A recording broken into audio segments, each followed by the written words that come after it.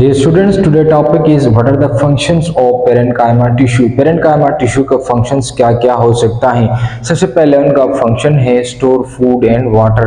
ये food को storage रखता है और वाटर को स्टोरेज रखता है, क्योंकि ये जो पेरेन्काइमा के सेल्स होते हैं उसके सेंटर में क्या मौजूद होते हैं, एक सेंट्रल वैक्यूल मौजूद होता है और यही सेंट्रल वैक्यूल फूड की भी स्टोरेज करता है।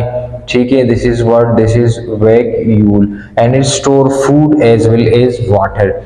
इसके साथ ऐसे पेरेन्काइमा सेल्स भी होते हैं जो कि फोटोसिंथेसिस का काम करते हैं और इसको कहते हैं, इस तरह के जो सेल जो फोटोसिंथेसिस करा रहा हो और वो पेरेन्काइमेटस, तो उसको कहा जाता है कोलेनकाइमा।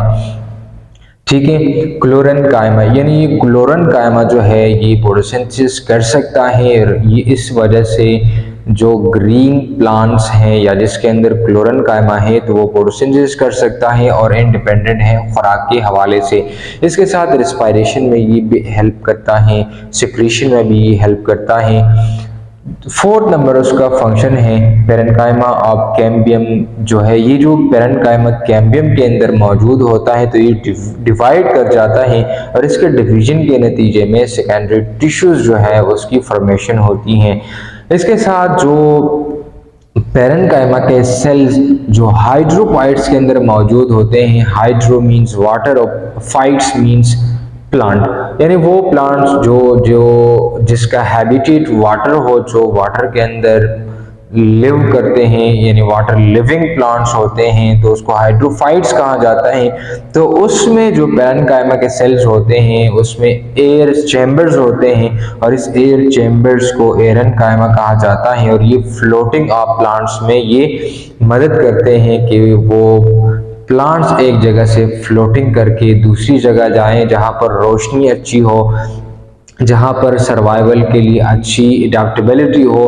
तो ये पेरेन्काइमा हाइड्रोफाइट्स के अंदर मौजूद होते हैं और हाइड्रोफाइट्स के फ्लोटिंग में ये हेल्प करते हैं। इसके साथ अगर हम मुख्तसरन पेरेन्काइमा को समझने की कोशिश करें तो parenchyma refers to tissue compose of living cell.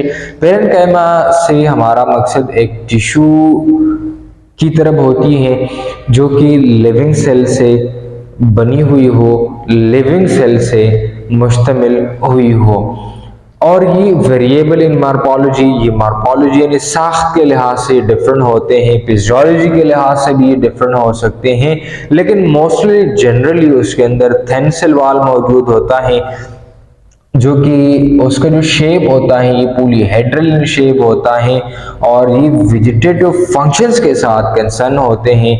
तो ये था आज का हमारा एक छोटा सा class, what are the functions of parenchyma.